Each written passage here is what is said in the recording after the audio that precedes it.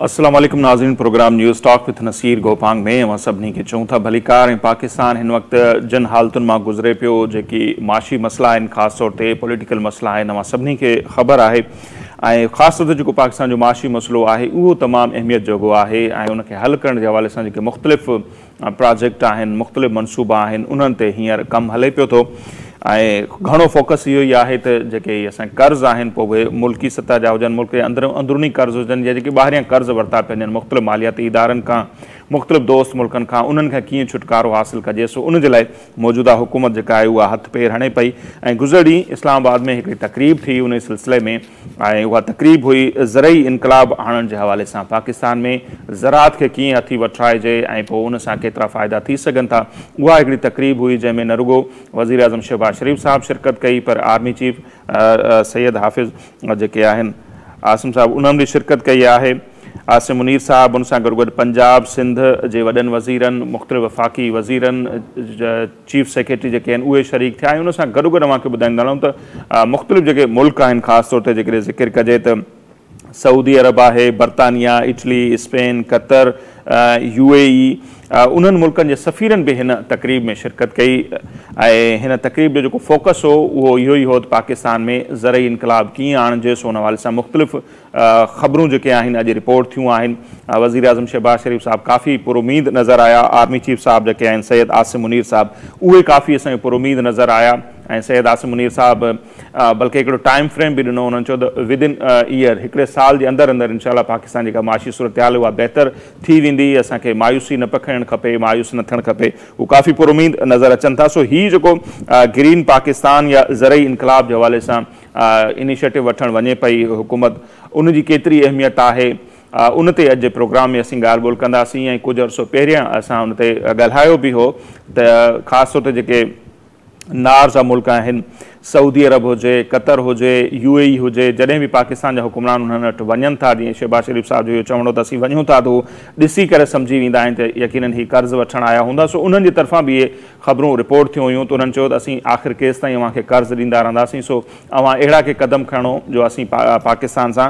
मुख़्तलिफ़ जेके आहिनि मनसूबा उन्हनि में सीड़पकारी कयूं ऐं कर्ज़ जी बजाए असां अव्हां वटि सीड़पकारी कयूं। ऐं उन्हनि में तजवीज़ इहा ॾिनी वई आहे त पाकिस्तान ख़ासि तौर ते इन्हनि मुल्कनि जो जेके नार जा मुल्क आहिनि उते ज़राअत न आहे ऐं उन्हनि जो फूड जे हवाले सां, ख़ुराक जे हवाले सां जेके ज़रूरतूं आहिनि दुनिया जा मुख़्तलिफ़ मुल्क पूरियूं कनि था पिया। त सऊदी अरब, कतर, UAE ऐं उन्हनि जे तरफ़ां पाकिस्तान खे इहा तजवीज़ आई आहे त पाकिस्तान उन्हनि जो ख़ुराक जो कुझु क़दर जेके ज़रूरतूं पूरियूं करे त हू पाकिस्तान में सीड़पकारी करे सघनि था। ऐं अहिड़े क़िस्म जूं ख़बरूं जॾहिं CPEC जो मनसूबो आयो हो तॾहिं बि इहे आयूं हुयूं त पाकिस्तान जी जेका ज़मीन आहे उते चाइना सीड़पकारी करणु चाहे थो ऐं चाइना हितां खां उपत हासिलु करणु चाहे थो। सो हीउ मनसूबो उन जी बि हिकिड़ी कड़ी थी सघे थो, जंहिंजे करे शहबाज शरीफ़ साहब इहो बि ॿुधायो त पाकिस्तान में तमामु घणी हिकिड़ी सीड़पकारी थींदी, 40 खां 50 अरब डॉलर्स जी सीड़पकारी थींदी। ऐं शहबाज शरीफ़ साहब जो इहो बि चवणो हो त 40 लख जे लॻभॻि जेके माण्हू आहिनि उहे रोज़गार सां बि लॻी वेंदा हिन मनसूबे तहत। सो हिन मनसूबे जा जेके मुख़्तलिफ़ ख़दोखाल आहिनि उहे छा आहिनि ऐं हिन मनसूबे खे मुख़्तलिफ़ जेके ज़रई माहिर आहिनि, ख़ासि तौर ते जेके आबादगार अॻवान आहिनि, उहे कीअं था ॾिसनि, अॼु जे प्रोग्राम में असीं उन ते ॻाल्हि ॿोल कंदासीं। ऐं हींअर असां सां महमूद नवाज़ शाह साहब जेके आहिनि उहे टेलीफोन लाइन ते मौजूदु आहिनि। पाण ज़रई माहिर बि आहिनि, आबादगार अॻवान बि आहिनि ऐं दुनिया जे मुख़्तलिफ़ मुल्कनि में ज़राअत जे हवाले सां जेके तजुर्बा थियनि था उन्हनि जी काफ़ी ॼाण रखनि था ऐं हू उतां खां उहा ॼाण हासिलु करे सिंध जे मुख़्तलिफ़ इलाइक़नि में उन्हनि जा तजुर्बा बि कनि था। सो शाह साहब सां पहिरीं ॻाल्हि ॿोल कंदासीं हिन मनसूबे जे हवाले सां। तमामु घणी महिरबानी महमूद नवाज़ शाह साहब, तव्हां असांखे वक़्तु ॾिनो। कीअं त ॾिसो सर, पाण डिघे अरसे खां हुन ते ॻाल्हाईंदा रहिया आहियूं ऐं मूंखे यादि थो पवे त तव्हां बार बार उन तरफ़ इशारो कंदा आहियो त जेकॾहिं असांजा हुकुमरान जेके आहिनि उहे ज़राअत ते ध्यानु ॾियनि त ज़राअत में एतिरो पोटेंशियल आहे जो हू पाकिस्तान जेका मईशत जी जेका सूरत हाल आहे उन में बहितरी आणे सघे थी। हाणे ॾिसूं था त हुकूमत ही इनिशिएटिव हिकिड़ो वरितो आहे ग्रीन पाकिस्तान वारो। कल हिकिड़ी ज़बरदस्त तक़रीब बि थी जंहिंमें सिविल हुकूमत सां गॾोगॾु असांखे आर्मी चीफ ऐं मुख़्तलिफ़ मुल्कनि जा जेके सफ़ारतकार आहिनि उहे बि असांखे नज़र आया। सो हीउ जेको मनसूबो हुकूमत शुरू करणु वञे पई, शाह साहब अव्हां उनखे कीअं पिया ॾिसो? साईं, तव्हांजी वॾी महिरबानी। तव्हांजी ॻाल्हि बिल्कुलु दुरुस्त आहे। पाकिस्तान जी ज़राअत में जंहिं क़िस्म जो पोटेंशियल आहे असां उन जो पूरो फ़ाइदो न वठी सघिया आहियूं। जॾहिं CPEC बि शुरू पे थियो त तॾहिं बि असां इहा ॻाल्हि कई हुई त CPEC में जे मुल्क जेके अंदर में आहिनि जंहिंमें ओभर जा मुल्क बि आहिनि उहे अमीर तरीन मुल्क आहिनि उहे शयूं जी खपत कनि था जेके शयूं असीं पंहिंजे मुल्क में पैदा करियूं था अगरि उन्हनि शयुनि ते फोकस कयो बि वञे अगरि त न रुगो असांजे पंहिंजे मुल्क जी ज़राअत जे लाइ पर पूरे पाकिस्तान जी मईशत जे लाइ हिकु अहम कदम थी सघे थो त उन काफ़ी शयूं ऐं काफ़ी गैप्स रहिजी विया असांजो घणो तणो ज़ोर जेको आहे सो कर्ज़नि ते रहियो हाणे उहो बहस अलॻि हाणे तव्हां कलो के इनिशिएटिव जी सवाल पुछो जेको कल्ह लॉन्च बज़ाहिर जेके हिन वक़्त ताईं डिटेल्स असांखे सम्झ में आयूं आहिनि त के मुल्क आहिनि जेके पाकिस्तान में इन्वेस्टमेंट करणु घुरनि था ज़राअत में उहा हिकिड़ी ख़ुशाइन ॻाल्हि आहे ऐं ज़ाहिर सी ॻाल्हि आहे जॾहिं का बि इन्वेस्टमेंट ईंदी त उन सां जेका ज़राअत में जेका प्रोडक्शन आहे ओवरऑल पाकिस्तान जी उहा उन शइ में इम्प्रूव ज़रूर थींदी जंहिं हिसाब सां प्रोडक्शन टेक्निक्स ऐं शयूं आणींदा 22 साल पहिरीं तमामु नंढे हिकिड़े स्कोप ते पर टंडे लयार में धारा हिकिड़ी UAE जी कंपनी आहे जीअं रोड्स ग्रास अची पाण पहिरीं लॻायो ज़मीन ई मक़ादे ते वठी हाणे तव्हां ॾिसो त पंहिंजा काफ़ी सिंध मां पंजाब मां बि आबादगार आहिनि जेके डायरेक्टली एक्सपोर्ट कनि था रोड्स ग्रास उन इनिशिएटिव खां पोइ त उमेद इहा रखी सघिजे थी जेका अॼु ताईं डिटेल आई आहे त जॾहिं इहा इन्वेस्टमेंट थींदी त न रुगो उहे कॉर्पोरेशन्स जेके उहे कमु कनि पियूं उन्हनि खे को फ़ाइदो थींदो पर जेको ॿियो ज़राअत सां लाॻापियल असांजा रिसर्च जा मसइला आहिनि असांजा जेके प्रोसेसिंग जा मसइला आहिनि कोल्ड स्टोरेज जा मसइला आहिनि उन्हनि मसइलनि ते का ध्यानु थींदो त जेका ॿी जनरल ज़राअत आहे उहा बि इन ज़राअत सां गॾु हली ऐं को फ़ाइदो करे सघंदी सर ही जेका गुज़िरी तकरीब थी उनमें तो वज़ीर आज़म शहबाज शरीफ साहब जो एतिरे क़दर चवणो हो त ही जेको मनसूबो असीं शुरू करण वञूं पिया 5 सालनि ते असां उन ते कमु कंदासीं इन फ्यूचर वो दावा था कनि 40 खां 50 अरब डॉलर जी जेका सीड़पकारी थींदी ऐं 40 लख माण्हू रोज़गार सां बि लॻंदा सो अव्हांखे इहा दावा कीअं थी लॻे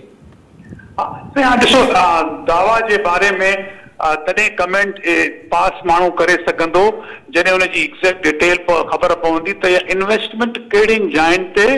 कहिड़ियुनि शयुनि में ऐं छाजे लाइ थिए पई उन में अञा क्लैरिटी न आई आहे इहे ई अंग अखर आहिनि जेके असीं ॿुधूं पिया उन्हनि अंगनि अखरनि ते हिन वक़्तु कमेंट करणु जेको आहे सो टू अर्ली थींदो पर अगरि असांखे सिर्फ़ु एज़ असां त जेके ज़राअत पेशा मुतवसित तबिके जा जेके आबादगार आहिनि उहे त उनखे इन हिसाब किताब सां ॾिसनि पिया त अगरि का मशीनरी अची केरु इस्तेमालु करे थो पंहिंजे ई फ़ाइदे लाइ त उहा मशीनरी जी अवेलेबिलिटी उहे माण्हू जेके उते कमु कंदा उहे सिखंदा त उहे कुझु ॿी इंडस्ट्रीअ में बि ज़राअत सां जेका लाॻापियल आहे उन तरफ़ ईंदा त उन सां उहो फ़ाइदो थींदो जेको हिन वक़्तु नंढो ऐं मुतवसित तबिके जो आबादगार उहे शयूं ऐं पाण इन्वेस्टमेंट उहा नथो करे सघे हाणे उन में डिटेल कहिड़ी शइ आहे और उहे किथे इन्वेस्टमेंट थींदी उन सां कहिड़े क़िस्म जा फ़ाइदा आहिनि जेका ॻाल्हि कई पई वञे उहा जेसि ताईं साम्हूं न ईंदी उन ते कमेंट करणु ॾुखियो आहे हा मुल्क जे लाइ जनरली अगरि का एक्सपोर्ट रिलेटेड इंडस्ट्री ते कमु थिए थो एॾे वॾे पैमाने ते अगरि उहा एक्सपोर्ट थियणु शुरू थियो त ज़रूरु मुल्क खे फ़ाइदो थींदो इन अंदाज़ में त असांजी एक्सपोर्ट वधंदी असां डॉलरनि में असां वटि पैसा ईंदा पर गॾोगॾु ईअं न थिए सीपैक वांगुरु त माण्हू बि नट टाइट करण वारो बि असीं ॿाहिरि मुल्क जो ॾिसूं असांजा पंहिंजा जेके ह्यूमन रिसोर्सिस आहिनि उन्हनि खे यूटिलाइज़ करणु खपे हाणे हीउ वक़्तु आहे त सरकार सोचे त अगरि उहे शयूं अगरि नथा करे सघनि असांजा ह्यूमन रिसोर्स उन जी ट्रेनिंग कान्हे प्रॉपर उन्हनि जी एजुकेशन कान्हे त उहो 6-8 महीना साल असांजा ग्रेजुएट्स आहिनि एग्रीकल्चर जा यूनिवर्सिटीज़ आहिनि उन्हनि मां उहे माण्हू आइडेंटिफाई कनि उन्हनि खे उहे ट्रेनिंग्स ॾियनि त उहे कम बि असांजा माण्हू कनि ताकी घटि में घटि जेका एम्प्लॉयमेंट आहे त असांजे पंहिंजे मुल्क में ऐं टेक्निकल स्किल जेका आहे असांजे पंहिंजे मुल्क में वधी सघे सही शाह साहब ॻाल्हियूं इहे बि थियनि पियूं थियूं त हाणे जॾहिं बार बार असां दुनिया जे मुख़्तलिफ़ मुल्कनि खां जॾहिं कर्ज़ वठूं था ख़ासि तौर ते जेके नार जा मुल्क आहिनि जेके अरब कंट्रीज़ आहिनि उन्हनि खां चवंदा इहा हिकिड़ी डिमांड पई अचे त भई असां कर्ज़ अव्हांखे केसि ताईं ॾियूं असां सां सीड़पकारी कयो ख़ासि तौर ते जेके फूड जो असांजूं ज़रूरतूं आहिनि खुराक जूं उहे कंहिं क़दुरु पाकिस्तान पूरियूं करे पोइ असीं सीड़पकारी कंदासीं हाणे क़तर आहे ॿुधाए पंहिंजे UAE आहे सऊदी अरब आहे इहा उन्हनि जी डिमांड हुई ऐं वज़ीर आज़म साहब गुज़र ॾींहं जो एतिराफ़ बि कुझु कयो त नार जा मुल्कनि में सीड़पकारी करणु चाहिनि था कुझु माण्हू चवंदा त सीपेक में बि इहो तय हो त हिते फसल थींदा पोइ उहे खणी वेंदा चाइना सो इन फार्मूला खे अवां कीअं था ॾिसो जेकॾहिं असां उन्हनि मुल्कनि जी खुराक जूं ज़रूरतूं पूरियूं करियूं था त उहो केतिरो फ़ाइदेमंद हूंदो ऐं इहो केतिरो पॉसिबल आहे? ॾिसो ॻाल्हि साईं मुंहिंजा इहा आहे त असांजी नियत छा आहे। अगरि असांजी नियत हिन वक़्तु इहा आहे त असांखे रुॻो 2-2 रुपया मिलनि त असीं 2-2 साल टिपायूं जे सीपैक में पे ॻाल्हियूं कयूंसीं त वरी इहे कर्ज़ असांजे तव्हांजे खीसनि मां निकिरंदा, पोइ त ऑब्जेक्टिव जेको आहे सो इहो दुरुस्त शइ कान्हे, छो त सिर्फ़ु ॻाल्हि सुठी ॿुधण में अचे पई। पर हा, ऑब्जेक्टिव अगरि इहो आहे त हिकिड़ी अपॉर्चुनिटी असां वटि आहे जेका असीं अपॉर्चुनिटी जो प्रॉपर इस्तेमालु अॼु ताईं न करे सघिया आहियूं, ऐं उहा अपॉर्चुनिटी बि असीं पूरी कंदासीं ऐं असांखे हिकिड़ा पैसा बि उन अंदाज़ में मिलंदा त पोइ ही हिकिड़ो सुठो इनिशिएटिव थींदो। ॾिसो तव्हांखे सीड़पकारी इन क़िस्म जी वर्ल्ड बैंक कंदो आयो आहे, एशियन डेवलपमेंट कंदो आयो आहे, फॉर लास्ट 30-40 इयर्स कंदो आयो आहे। अनफॉर्चुनेटली असांखे जेतिरो उन मां फ़ाइदो खणणु खपंदो हो असां उन मां एतिरो फ़ाइदो न खयों। ॿी ॻाल्हि त असांखे इहा ॻाल्हि हिकु वक़्तु सम्झणु खपे एज़ पाकिस्तानीज़ त जे उहे इक़दाम जेके पंहिंजे फ़ाइदे जा आहिनि उहे असांखे पाण खणणा पवंदा। को बि ॿाहिरियों मुल्क अची असांजे वाटर में गिरा न विझंदो। त असां अगरि पंहिंजी डायरेक्शन दुरुस्त रखी उन मत में जे पैसा बचनि था त उहा का अहिड़ी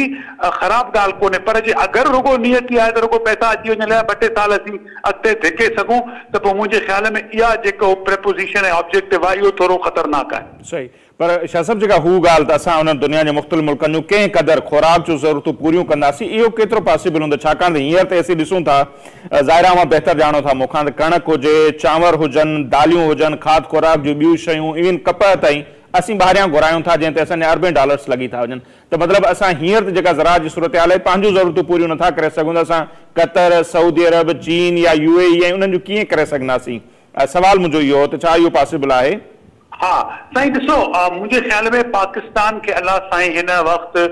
दुनिया में अहिड़े हिसाब सां ख़लकियो आहे जो हू पंहिंजी प्रोडक्शन जेका असां वधाए सघे थो। ॾिसो असांजूं जेके पर एकड़ यील्ड्स आहिनि न, कणक जेका अथव न, सिर्फ़ु अगरि तव्हां उहा 20% सिर्फ़ु वधायो, मतिलबु छा, अगरि तव्हां 30 मण खणो पिया उन में तव्हां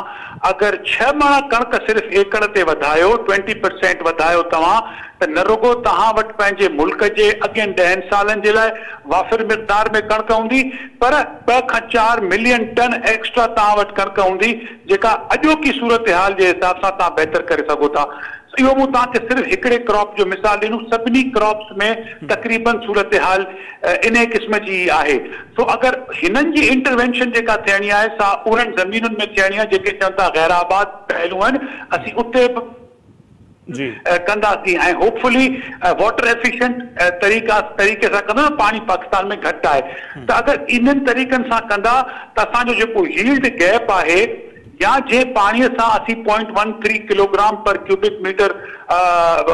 प्रोड्यूस करूं था, उन्हनि शयुनि में जे असीं बहितरी आणे सघूं त असीं पंहिंजे मुल्क जे लाइ ऐं दुनिया जे लाइ खाद खुराक पैदा करे सघूं था। आख़िरी तव्हांखे हिकिड़ी ॻाल्हि कंदो हलां त यूनाइटेड नेशन जे इदारे चए थो त 2050 ताईं